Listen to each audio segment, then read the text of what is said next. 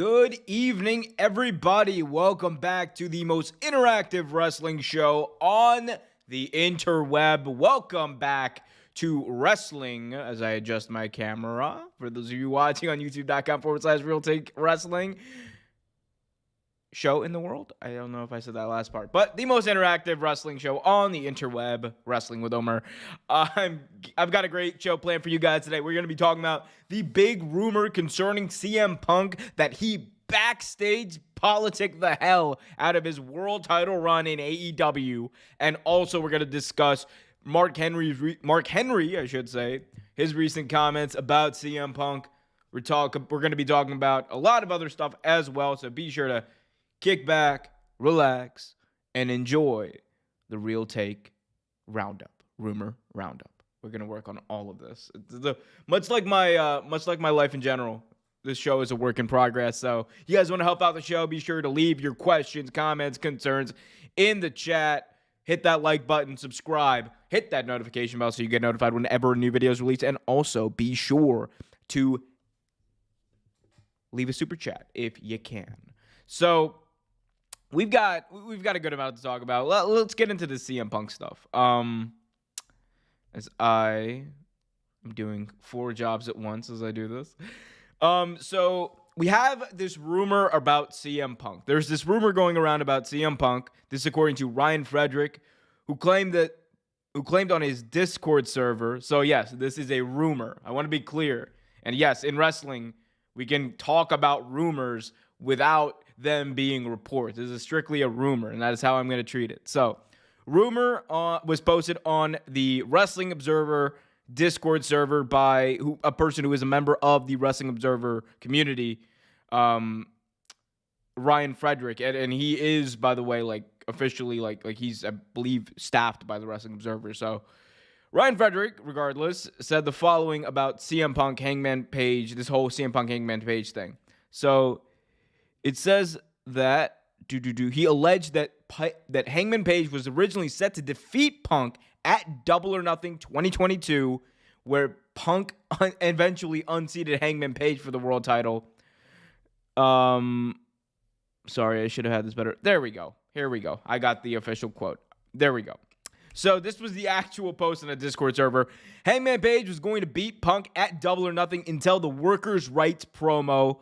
Punk got it changed, and Tony literally sat on the porch of Punk's house in LA, booking out the summer with Hangman not anywhere close to being in the mix because Punk wasn't going to work with him.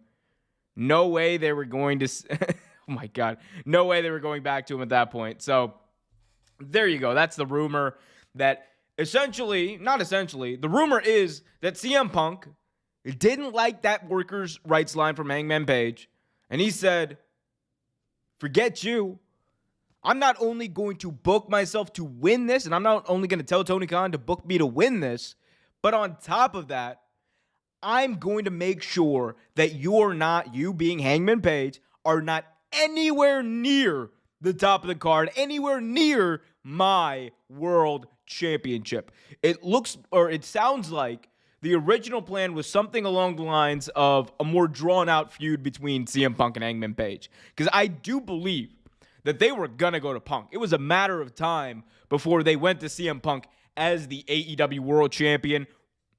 You could argue that it probably should have been in All Out, 2022 in Chicago, Illinois, his hometown. That would have been a great kind of, where I started, where I'm at type of thing compared to the AEW All Out 2021.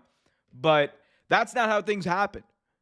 And again, this is a rumor from someone who is on the Wrestling Observer site who said that Punk, after that workers' rights line was uttered, he just did not want to talk to Hangman Page. And I mean, we already knew that much. That much was clear from what Punk said in the post-game or in the post-show press conference. That was all clear from CM Punk's perspective. He did not want Hangman Adam Page to be anywhere near him, to be anywhere near the world title, to be anywhere where he has to even have him in his line of sight. He doesn't want that. And, honestly, I thought it was a bit of them jumping the gun when they put the title on Punk when they did. And now that kind of makes sense. Again, rumor, but this is the wonderfully wacky world of professional wrestling. So you're going to have to deal with some rumors from time to time. The reality is, Hangman Page was working, and CM Punk just took this all out of context. And if this rumor is true, that's a big if on rumors, I get it. But if this rumor is true, then it proves something about CM Punk that people have been saying for a long time. It proves that CM Punk is a politicker. It proves that CM Punk does only have his interest in light. It proves that CM Punk is the least likable guy in the back. Things that people have been saying for a long, long time. And I say this as a big fan of CM Punk the wrestler. If you talk about influence, if you talk about getting me back into pro wrestling, you could go, it's him. It's him. All right? It's him. He's the reason why I got back into watching pro wrestling. He's part of the reason, honestly, why I started this channel. Because there was an appetite for wrestling. It became popular. I had an opinion about it, and I wanted to talk about it. But CM Punk going out there and burying the guy who he beat for the world title. CM Punk going out there and burying this guy. CM Punk going out there and allegedly saying or telling Tony Khan that I don't want Hangman Page near the world title scene, but then dragging him back in, that wasn't enough, right? Again, if this is true, that wasn't enough. On top of that, this guy, CM Punk, called out Hangman Page in that promo. What did he say? What was the line? If this ain't cowboy shit, it's coward shit. That's a damn shame if that's true. I mean, we know the latter part is true. He did cut that promo. That's for everyone to see online. And you can go watch that right now. As far as this rumor about him not wanting Page near the title scene, that's a damn shame if true. That's a damn shame. Yeah, Charles in the chat saying Hangman and CM Punk didn't have any storyline and wrestling style compatible anyways. It was weird their encounter. The best part was when it seemed like Punk would be the heel like Sarai actually. I mean, yeah, honestly, that match between Hangman Page and CM Punk was kind of dog shit as far as AEW main event matches go. It was a decent match. But as far as AEW main events, championship matches on pay-per-views go, I think it was honestly one of the worst ones they've ever had. I'll have to go back and look. I mean, it's a short history, right? But look back at AEW main events. So you had Full Gear, Jericho versus Cody, and then it was obviously Kenny Omega versus Moxley, who closed out the show in that Lights Out match. Revolution comes by. That was Jericho and Mox. Then you have Double or Nothing. That was Mox and Brody Lee, R.I.P. Then you have All Out 2020, and that was, I believe, MJF and Mox. So that was MJF and Mox. Full Gear that year was Eddie Kingston versus Mox. Great match. And then you had Kenny Omega versus Mox at Revolution. Mox is terror on these AEW main events. And then what'd you have? Then we got to 2021. So that year it was Double or Nothing. The main event was the Stadium Stampede, and and then that was that triple threat match between Kenny Omega, Orange Cassidy, and Pac. All Out 2021 was Christian Cage versus Kenny Omega, and then Full Gear 2021 was Page and Omega. Rounding it out, Revolution was, of course, Page and Adam Cole, baby. So, yeah, I just read out every single main event that led up to that match. Yeah, this was the worst main event, pay-per-view main event in AEW history. And it was still a decent match.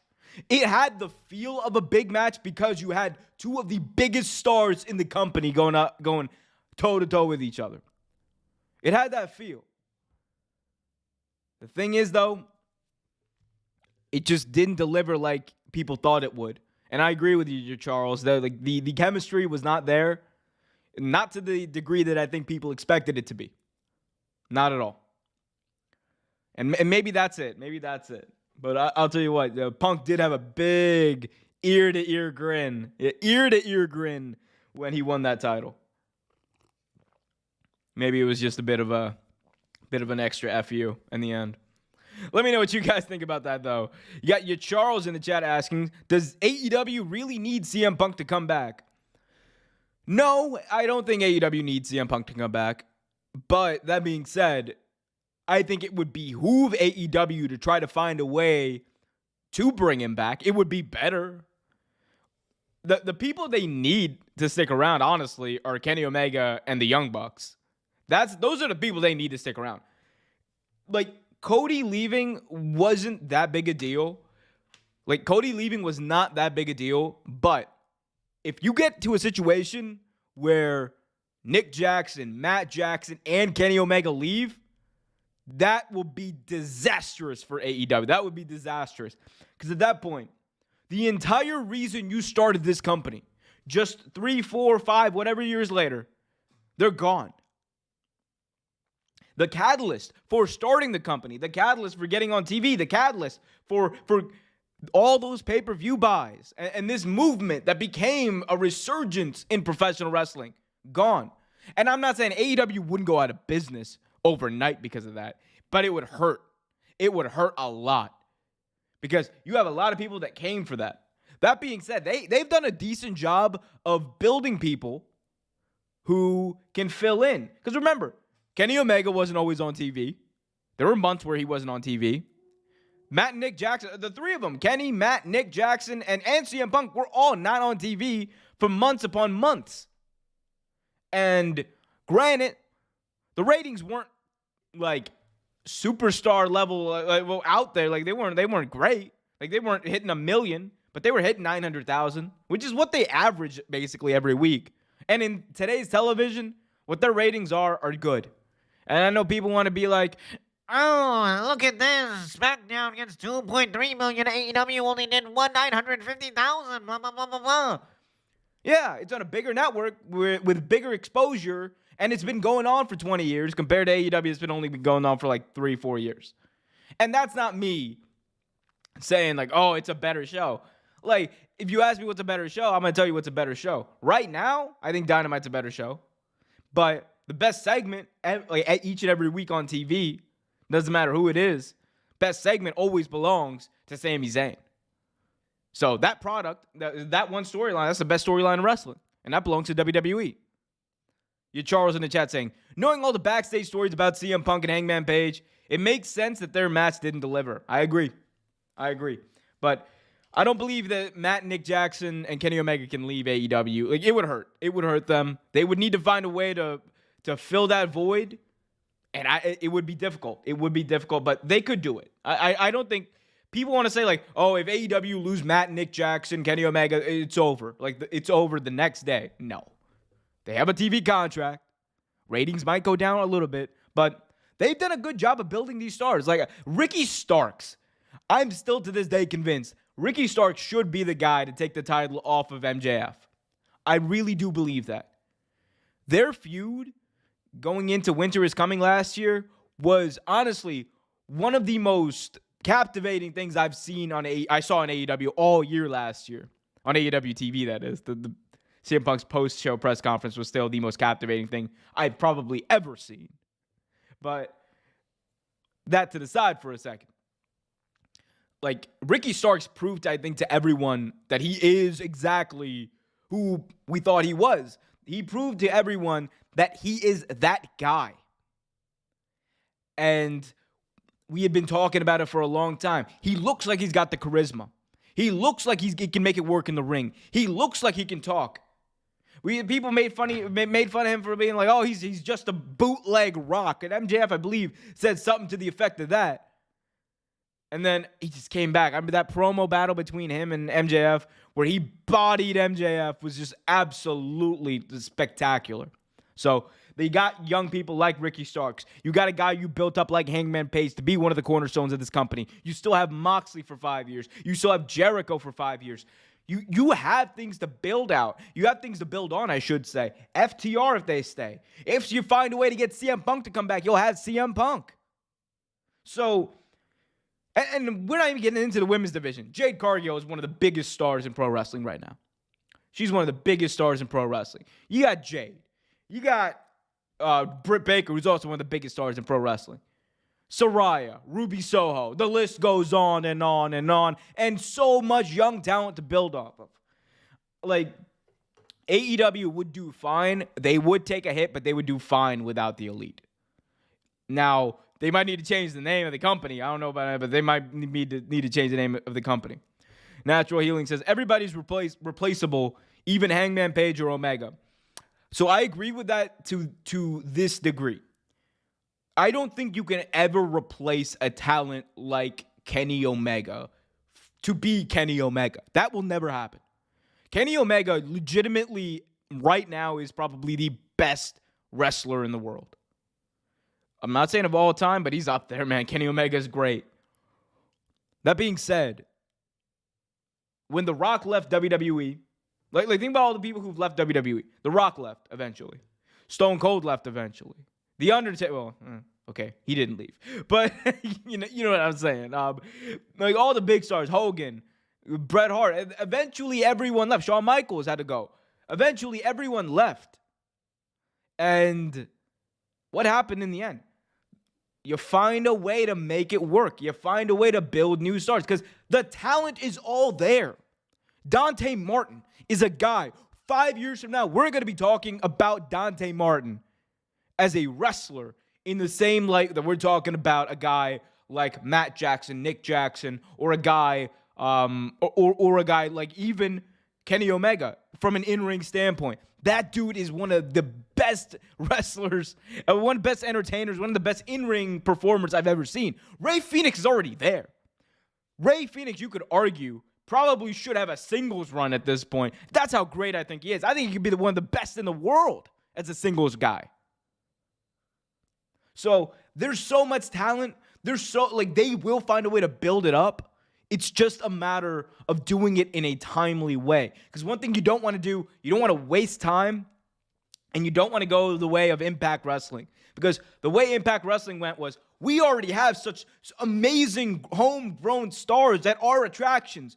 AJ Styles, Abyss, Eric Young, Bobby Roode, the Cowboy, James Storm. I'm a drinker. It's like every promo he's ever cut. Love you, James Storm. Do not hurt me. But you have all these guys who were great, but what was Impact Wrestling's issue? Every time, what they do, they let the old timers come in and they put them over the younger guys. That's what the Main Event Mafia did. That's what, and I'm not even talking about Kurt Angle. I think Kurt Angle was a free agent signing, right? That's a free agent signing. I think in wrestling, we don't, in wrestling, especially from wrestling fans, we don't really understand, I think, the concept of free agent signings, or we don't see the concept of free agent signings. We just see, ex-WWE guy going to AEW or ex-AEW guy going over to WWE. That's all we see. But we don't talk about that in terms of, like, other sports, right? In football, right? You have a free agent. Let's say Aaron Rodgers is a free agent. We're not talking about how, the New York Jets or I don't know, the Las Vegas Raiders just got ex-Green Bay Packer, and we don't label Aaron Rodgers as ex-Green Bay Packer. We go, that's a great free agent signing for this team, right? That's a great free agent signing for this team. And I think we should start looking at wrestlers in that way, right? And especially because I think AEW used to get into a bad habit of presenting ex-WWE guys as that. But recently, I think they've done a much better job of that. Like, Miro's like the worst example. Miro, they brought him in, and the first thing he did was cut, I hit WWE and I was never put over right, and now I crush you. Like, it's okay, come on. Like, but they've gotten away from that. I do like it though in terms of like telling stories, like the Saraya Tony Storm versus homegrown AEW talent, like the free agents versus the homegrown talent. I love that. I think that's great because it's telling the story, and eventually I think it's going to lead to the homegrown talent actually getting over, which is something Impact Wrestling never did, which is something WCW never did. See what I mean? You Charles in the chat says AEW have a full-blown roster waiting for a spot on TV ready to step up. You're damn right. You're damn right. And like I used to be, and I still am to a degree, against this criticism that AEW has too much talent. I don't believe that if you're a wrestling company or a team, you can have too much talent. Like, I just don't believe that. I think as a concept, that's flawed. What you can have is a bloated roster, and it can lead to problems. Like people not being on TV. I just mentioned him, Miro. Has not been on TV for a long ass time. But you always would rather have that backlog of talent to lean on because you don't know what's going to happen. Remember, Forbidden Door last year, 2022. One of the biggest problems that we were talking about in terms of AEW was Bryan was injured. Kenny still wasn't back. Punk was injured. You had all these injuries happen at the same time. Adam Cole, baby, got injured. And we were like, man, it's time for people to step up. And they did. And they did. So in times like that, it's very nice to have those people who can step up. One thing I would say about AEW, though, and I say this as a fan, they definitely got to work on telling more stories. Because I feel like sometimes they just get lost in the shuffle of, well, let's have this match. Let's have this match. Let's have this match. And I'm don't get me wrong. I love the reason why I like Dynamite is like it's a fun wrestling show to watch. I'm gonna see awesome wrestling and I'm gonna see MJF cut a promo, Bryan Danielson cut a promo back, and then some awesome stuff with Jade Cargill beating the crap out of somebody. And that's good. That's good. That's good for me. But it does leave you wanting, especially with stuff like the House of Black. That leaves me wanting. Because there was so much meat in the bone that I feel like that was never explored with the House of Black. And we're just sitting here waiting for something to happen. And Malachi Black comes out and he cuts these promos. Malachi Black comes out and he cuts these promos and he's just like, the Dark Father once told me of a tale of days past, and I shall blind you from the light that is happening. Quote the Raven, nevermore. Like, I'm just like, oh, rambly Raven Bray Wyatt. That's what you're going for? I thought you were going to be so much cooler than this. But, I mean, again, I'm letting it play out. They just got back, and then they just started cutting promos on the Young Bucks. And look, I will say this, and this was a hot take that I had that, big shout out to Ango. They grilled me for it, saying that I had the worst tweet ever. But I said, and I still stand by this, I am more hyped for AEW Revolution than I am for WrestleMania. And does it have a lot to do with the fact that there are just more matches announced for AEW Revolution rather than WrestleMania? Yeah, but even if I'm just talking about the upper card, I love Cody, and it's not that I'm not interested in his story. I am interested, and I want to see him win the title, or I want to see him lose. I think either way, it would be a great moment. But as much as I love Cody, as much as I want to see Bianca versus Asuka, the upper card of AEW Revolution is just leagues. But Bryan versus MJF in this story in a 60-minute Iron Man match. If there was anything that would make me want to go and fly out to San Francisco for one day, like, I'd be flying, like, I did the math on this. I would be flying more than I'd actually be in the city. And I'm still considering it because of that main event match. My favorite wrestler of all time, Bryan Danielson, against Maxwell Jacob Friedman, 60-minute Iron Man match after the promos that these two have been cutting against each other. Give it to me. Into my veins. Let's go. On top of that, another upper card match. You got Jon Moxley, Hangman Page in a Texas death match. A three-way for the AEW Women's World Championship. Jamie Hayter, check. Saraya, check. Ruby Soho, destination, check. Like, And I'm sorry. It's just me. It's just me. That's just my thing. We got the White Rabbit said Bryan versus MJF isn't Roman versus Zayn, and everyone knows it. That's true, but Roman versus Zayn also isn't the main event of WrestleMania. The main event of WrestleMania is going to be Roman versus Cody. Job in the chat says, agree, a lot of the storylines go nowhere. Can you imagine a team of Swerve Strickland, the Murder Hawk, and Brian Cage? That would be devastating. That would be what would you call that team? Like, I don't know. Like, we do not test. I don't know. Like, Job in the chat says, AEW does know how to do a pay-per-view. I will say that, man. As someone who has attended the last 2 AEW pay-per-views live, that company knows how to put on a live event. And I don't care if you're in there for like 6 hours. And honestly, I get way more tired watching AEW pay-per-views at home than I do when I'm actually there. When you're there and you're locked in and it's right in front of you, bro, 6 hours, 8 hours, 9 hours, 12 hours, I don't care how long I'm there. That's a lot of great wrestling. It's you're with this atmosphere of fans, and this is no criticism to WWE directly, but having gone to AEW shows, having gone to WWE shows, the energy is just different. The energy for me is just different when you go to AEW shows. Like, it's just more lively, and I enjoy that. And some people don't, and that's fine. I understand that. It's just the crowd's more active, more energized throughout the entire show, and I love that.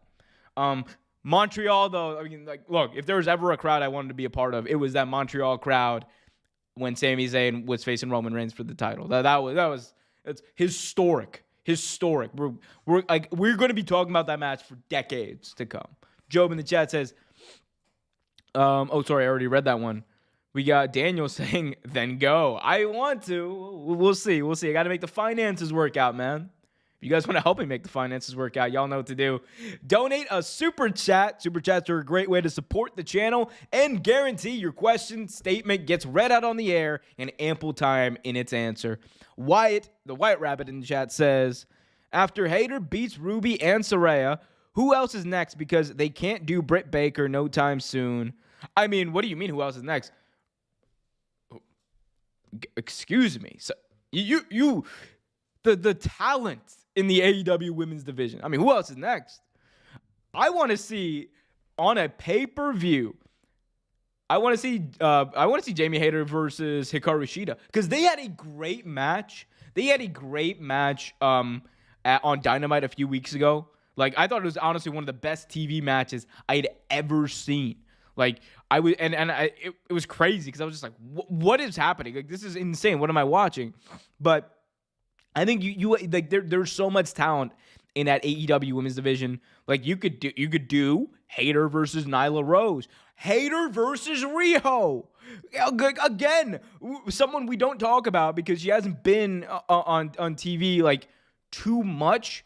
Especially because of the pandemic, she wasn't on TV for a while. But the first ever AEW Women's World Champion, Riho. Penelope Ford is waiting in the wings, and she's gotten a really good Serena Deeb. Because, hey, remember, Hayter is a face now. You could do a Serena Deeb match, and don't tell me that match wouldn't slap. You have Thunder Rosa, who, yes, she's recovering from an injury. But when she comes back, and who knows when that'll be, when she comes back, she's going to be right there in the mix. So, like, it's not a thing of talent. There is talent in the AEW women's division, and you can build people up. And you know what? I'm just saying, eventually, Jade Cargill is going to be looking at that women's world title, and she's going to be like, why don't I have that? I'm just saying. Don't tell me that wouldn't be money. It would be. Got Natural Healing in the chat saying, I don't think AEW will take the risk of losing Omega just to bring back Punk. I don't think those two things are mutually exclusive specifically. That being said, if CM Punk coming back would have catastrophic ramifications on the locker room, you don't bring him back. Natural Healing in the chat says, because Punk can't be the foundation for the future growth, and I doubt Triple H will bring Punk back due to their history and personal issues. But hey, never say never, especially in the wrestling business. I agree with that last line. I mean, I agree with all that. I agree with all that, actually. just wholeheartedly. What I will say is though, CM Punk on your TV show is just gonna draw ratings because he is a needle mover and it's going to make a difference. And I think having him in the mix, it does do stuff. I got Job in the chat saying, I just got home from work and am getting in late here. Is CM Punk coming back? No. So the rumor was, I'll read it out one more time for the people in the back, for the people who just joined. So here was the rumor.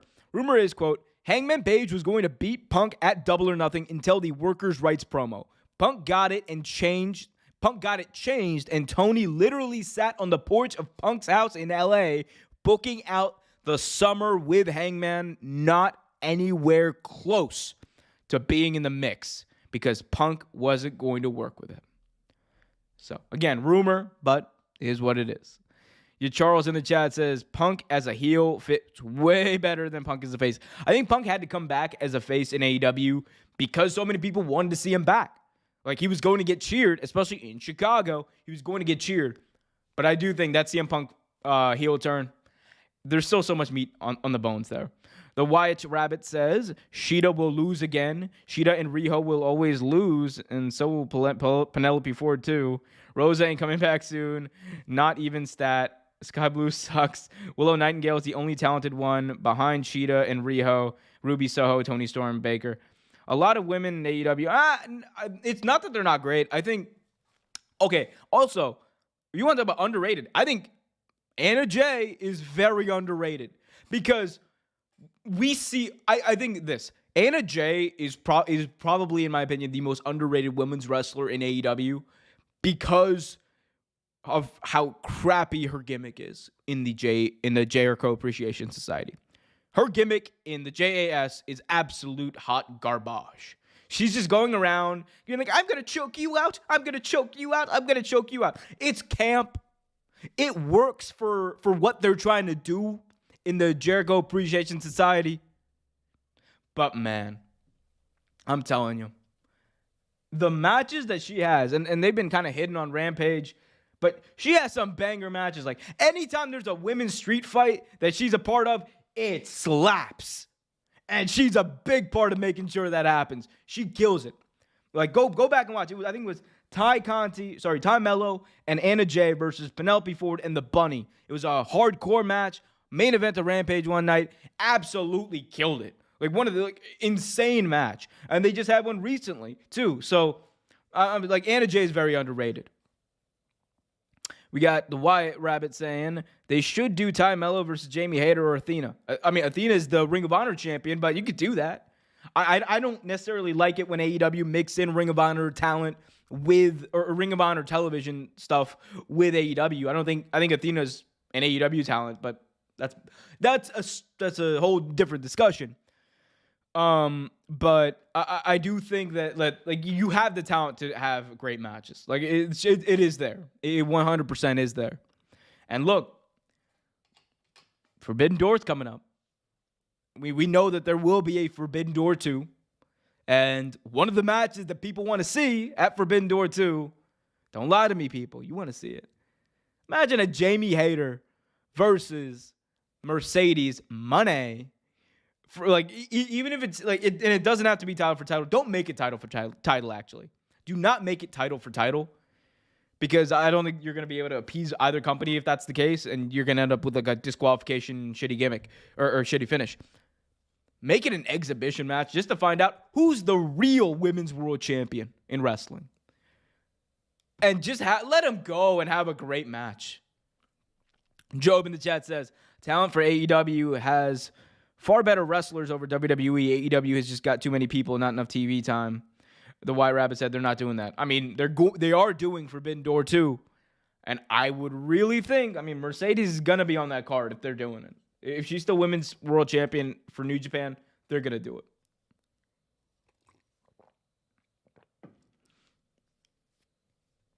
We got Natural Healing in the chat saying, the women's roster in AEW is straight fire, better than anyone other out there. Those ladies are legit badass.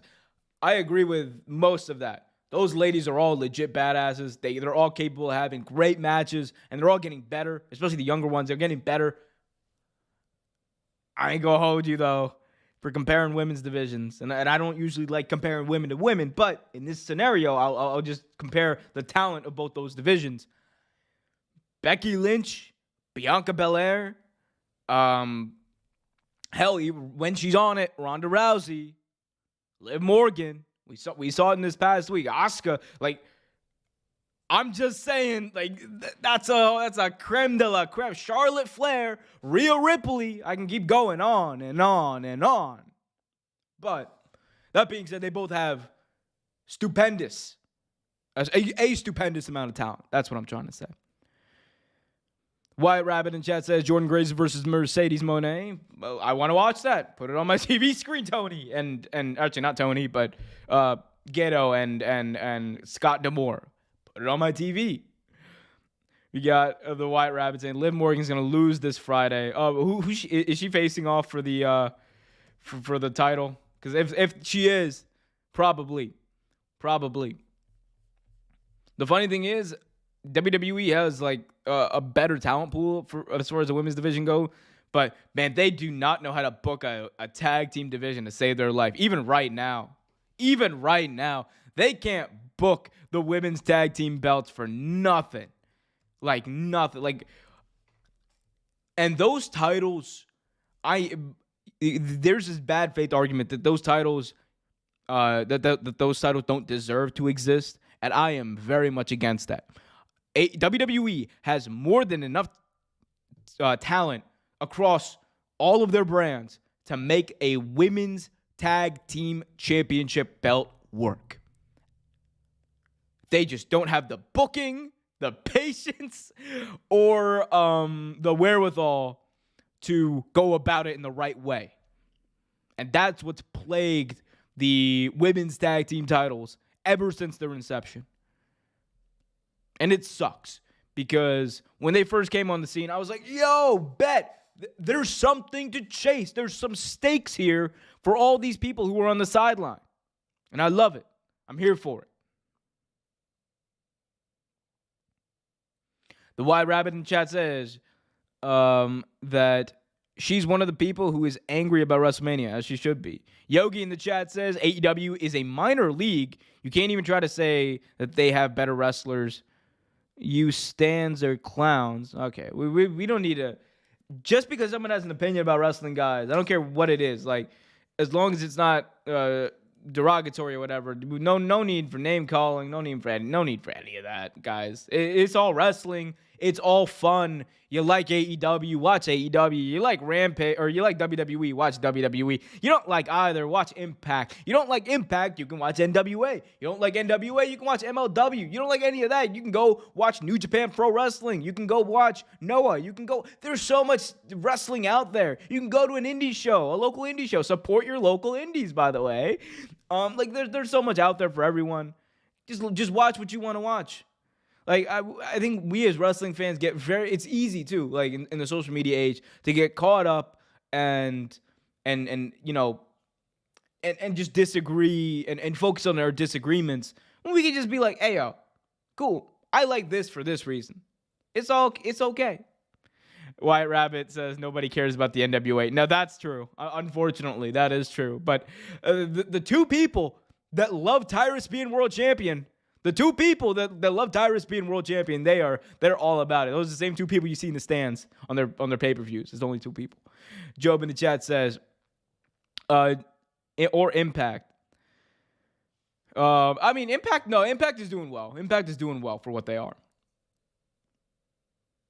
NWA only trends because of Matt Cardona. I mean, that's neither here nor there. He's a much bigger star than Tyrus, I'll tell you that. He's a much bigger star than Tyrus. Tyrus is absolute garbage. As a wrestler, as a promo, you could argue as a political commentator, but ain't gonna get into all that right now. But yeah, it is what it is. You know what else it is? It's time for you guys to hit that like button, subscribe, and hit that notification bell so you get notified. There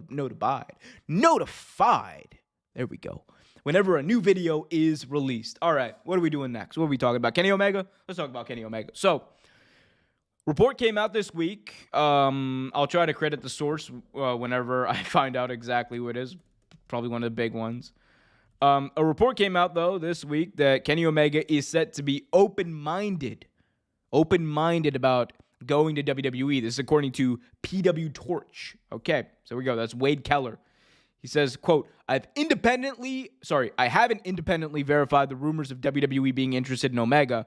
I have confirmed that they're aware of Omega's open-mindedness to come to WWE. That's what I've been told, and he's open-minded to landing in WWE before his career is over. The attitude isn't, I love AEW, and I'm going to stay there, and I'm going to stay here forever. That is not apparently the belief within WWE. They don't believe Kenny Omega's mindset is that at this point. So, does this change the conversation? Sure, it does. Because now we're in a situation where we know that Kenny Omega is at least mulling the possibility of going to WWE. And I still think, it's going to be a decision for him. Because if I'm WWE, I am all the money. Throw him. He's the best in the world. Throw him the money. He deserves it. That being said, there are considerations that I think that WWE fans and the company itself have to think about before they bring in Omega. One of the bigger ones is, what are you going to do, when he says, well, I also wanted in my contract, like I had in AEW, that I can go wrestle in New Japan whenever I want. Because that's a big thing for Kenny. He cares about wrestling in New Japan. And not just because he loves doing it, but also because he loves the business. Kenny Omega has talked multiple times about how he wants to help Joshi Wrestling break out in a bigger way in the United States. And that's why he's had such a hands-on approach with the women's division in AEW. And that's why you saw Riho be successful. That's why you saw Hikaru Shida be successful in AEW. So, and that's why you've seen all these things. So, I, for one, think that is going to weigh heavy on this decision, and it's going to be a decision. Because you only get, Kenny Omega, this might be his last chance to do it like this. To do it like this, in the prime of your career. And I know, he's Kenny Omega's 39 right now, 38, something like that. And in wrestling, that ain't nothing. He's 39 going on 40. That ain't nothing in pro wrestling. 40, you're still in your prime. What's his name? Bobby Lashley, I'm pretty sure is turning 47 this year. Am I mistaken on that? Hell no. My dude is turning 47 in July, and he's not slowing down. So, Omega's got years left. But I'm talking about right now where you got at least a decade to look forward to for Kenny Omega. It's a decision. All that being said, I don't see it working out in that way. I just, and this is for two reasons. One's a selfish reason. Honestly, I ain't trying to see Kenny Omega debut on Raw and then go and have a feud with The Miz. I just ain't trying to see all that. I'm sorry. I'm not. I don't want to see that.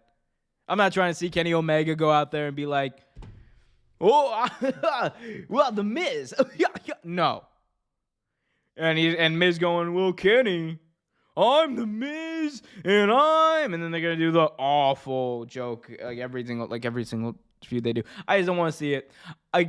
If it's Kenny Omega going out there having a great match every week with Montez Ford, doing a story with Cody Rhodes, going out there wrestling Ali, I'm for it. But if it's where do I want to see Omega cook? I still want it. I still want him. That's a personal thing for me in AEW. But we'll see what happens. Your Charles in the chat says Omos will be a better opponent for Tyson Fury at WrestleMania. Oh no! What? Wait, what is this Tyson Fury talk that's happening in the chat? We got White Rabbit saying Omos versus Tyrus could be a must-seen bathroom break match. What you mean, Wyatt Rabbit? No, Omos versus Tyrus bathroom break. That's a match that only deserves to happen in the bathroom because it's shit. No disrespect to Omos, by the way. I think he's menacing. But from a technical wrestling standpoint, ain't trying to see all that. I'm here for the Omos menacing big guy thing. Like, him having like 5-minute menacing matches and being Kali, I got no problem with. But him like going out there and having 10, 15-minute match, oh, no, sir. No, we ain't trying to see all that. Your Charles in the chat says, Omega could be the forbidden door of WWE to all of the other promotions if he signs with WWE.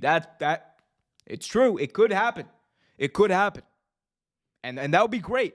I just don't know. I mean, look, Triple H being in charge makes it more likely than ever. Vince McMahon, and look, Vince McMahon is still the guy in WWE, but I don't know. It would be difficult for me to see that happen. Like, or it would have been difficult for me to see that happen, like, or for me to think about that happening like a few years ago. Now, Triple H, definitely more open-minded than Vince. Job in the chat says, my God, no. As soon as the novelty wears off, they'll book Kenny against R-Truth for the 24/7 belt. Could you imagine those promos? No, Goofy Kenny would be WWE Goofy Kenny. I'm so sorry, guys. But WWE goofiness, 9 out of 10 times, it's really bad. Like, it's really corny and bad. And Triple H goofiness, by the way, it ain't that much better than Vince McMahon goofiness. I mean, thank God we got the Sami Zayn story out of it, but man, there's some goofy stuff happening in WWE. Oh, man. So, guys, we got about 10 more minutes left on this stream. So, if you haven't already done so, do me a big-time favor. Hit that like button, subscribe, and hit that notification bell so you get notified whenever a new video is released. And also be sure to... What else am I going to ask y'all to do? Oh, also be sure to put your questions in the chat. If you guys want to guarantee your question or statement gets read out on the air, be sure to leave a super chat. Super chats are a great way to stay engaged and support the channel. Your Charles in the chat says Omos will be a better opponent for Tyson Fury at WrestleMania, I think, than Brock Lesnar. Is it Tyson Fury and Brock at Mania? I thought it was going to be Brock and Bobby the way they were building it up. I'll tell you one thing, man. Jake Paul, he's definitely going to... We are closer than ever to getting that Jake Paul, Logan Paul tag team match in WWE. We are way closer than ever to getting that match. Because my G, ooh, that was a tough loss for for Jake Paul. That was a tough loss for the kid. Very tough loss. I say that, and I'm pretty sure he might be older than me. I know Logan is. How old is Jake Paul? What year was he born? 97. Okay, he's like okay. Slightly older than me. The kid who's slightly older than me. Like, he says, come on, Jake. Oh, man. Guys, we got a few minutes left on the stream, as I said. Be sure to leave your questions in the chat. Last thing I'll say is I'm going to Patreon alert. Oh, it's the Raw Roundup. Well, good thing your boy don't watch Raw. Live, at least. I do watch Raw, but I don't watch it live.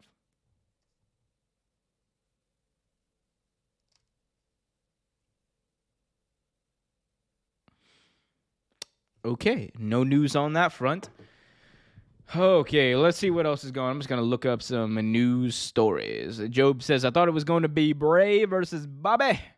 See, I know that Bray challenged whoever won that match, but at the same time, yo, they did a DQ finish in the rubber match between Bobby and Bray, or Bobby and Brock.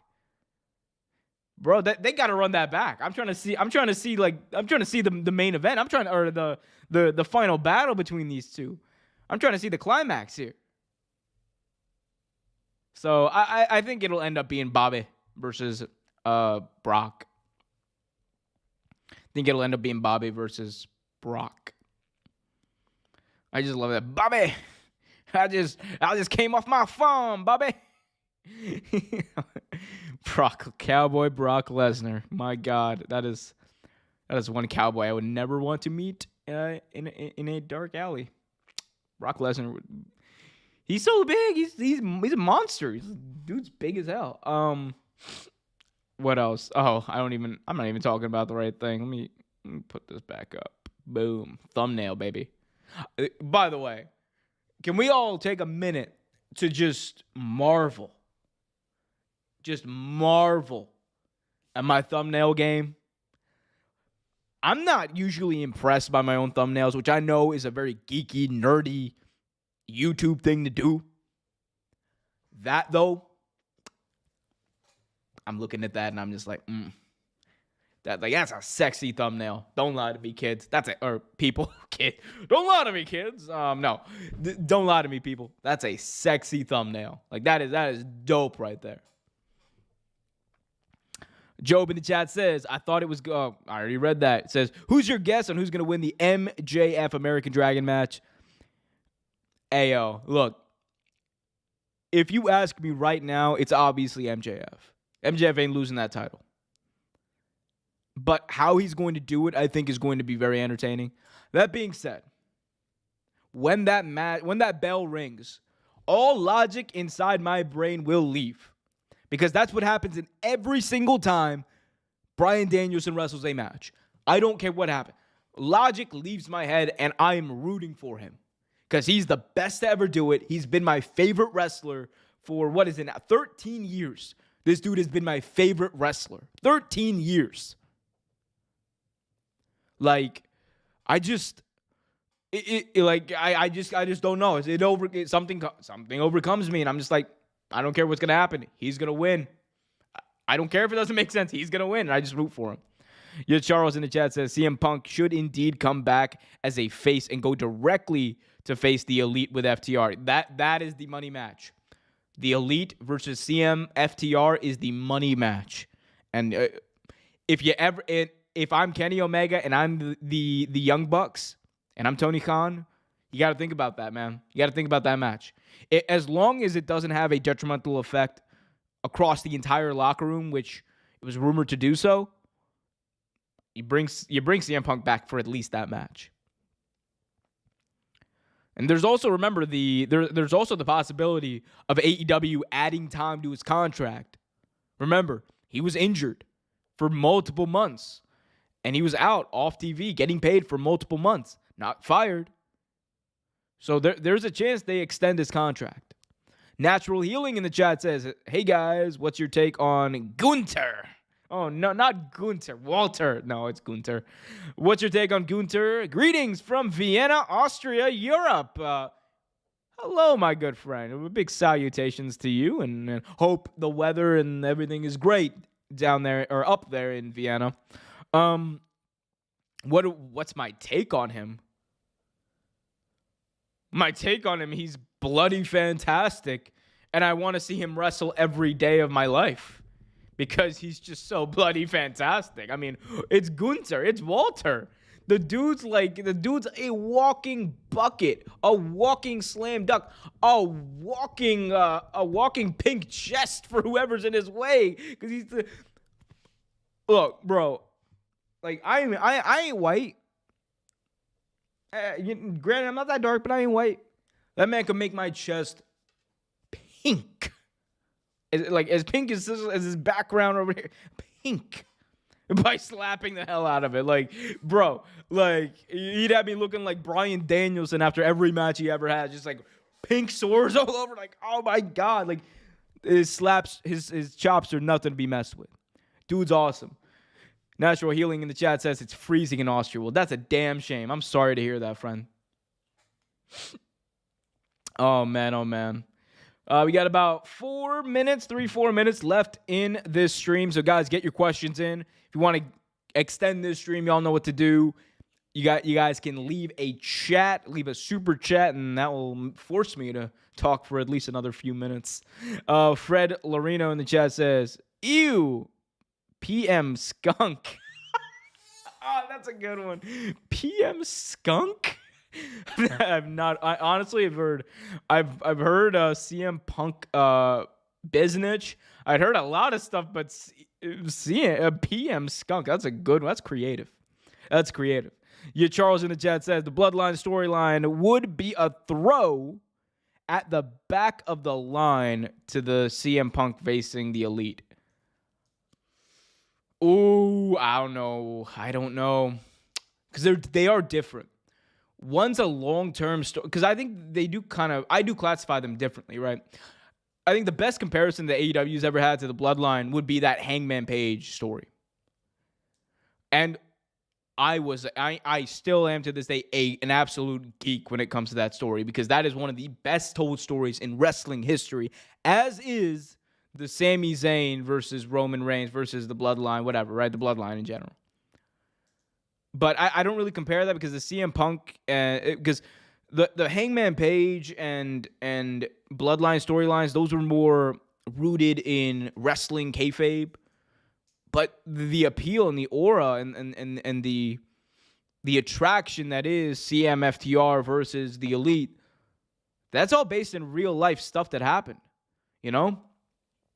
So I see it, and I see your point there, but I don't really put those in the same category. Regardless, it would be a great feud. The promos, Omega versus Punk in a promo battle, I'm eating. They're cooking. I'm eating. Like, let's go. Bring them back, Tony. Do me a favor. You know what? Hey, yo. Listen up. The last minute of this, I'm going to fantasy book something for y'all. Ending of AEW Revolution. You have MJF, bloody, battered, beat down, brutalized by the American Dragon, Bryan Danielson. Victorious via shenanigans in his Iron Man match. He's celebrating. Everyone's booing. The San Francisco's absolutely booing him out of the building, and he doesn't care. He's flipping him off. Lights go out. And you hear Tony Khan's voice on a recording. Beep. I know you haven't showed up to work in over months. Here's the thing. You're going to be at Revolution. I'm going to pay you amount of money. Your suspension is going to be Okay? I'm waiting for your answer.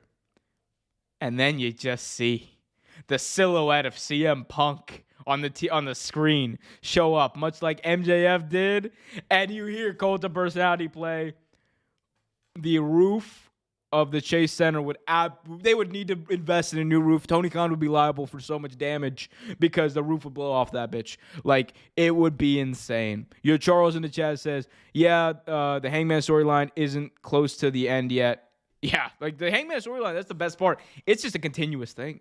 It's Hangman Page's career. This is my favorite part, and that's why, like, for me, I love the Sami Zayn story, and it also is one of my favorite stories of all time.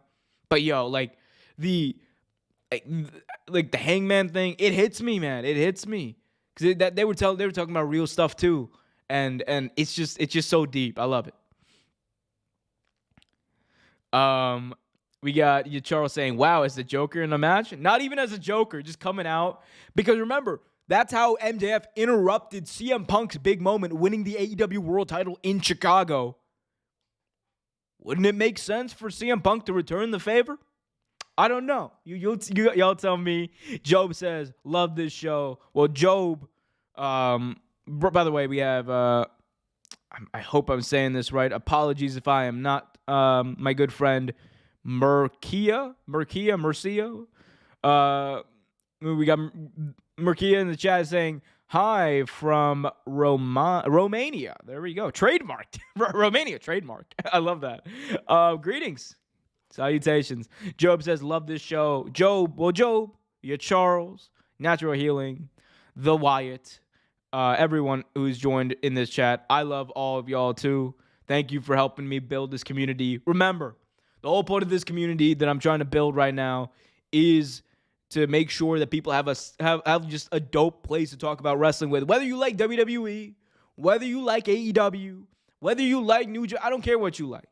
As long as you like it, as long as you love pro wrestling, there's always going to be a place for you in this channel. We're going to tell jokes. It's pro wrestling, but let's never let it get out of hand and like allow for name calling and just dumb shit to happen, right? Because I think too much of that happens in pro wrestling. Like, no one's ever dumb for anything. No one's ever like it's TV show. It's a TV show. Enjoy it, just like you enjoy anything else. Listen to the music you want to, watch the pro wrestling you want to watch. That's what I think. But Natural Healing says would be awesome. I agree. Thank you guys so much. Y'all are so awesome. If you haven't already done so, help out that algorithm. Hit that like button, subscribe, and hit that notification bell so you get notified whenever a new video is released. Natural Healing says I like bedroom wrestling. Oh dear. If you guys are listening on Spotify or Apple Podcasts, be sure to leave a 5-star review. Until next time, this has been Wrestling with Omer.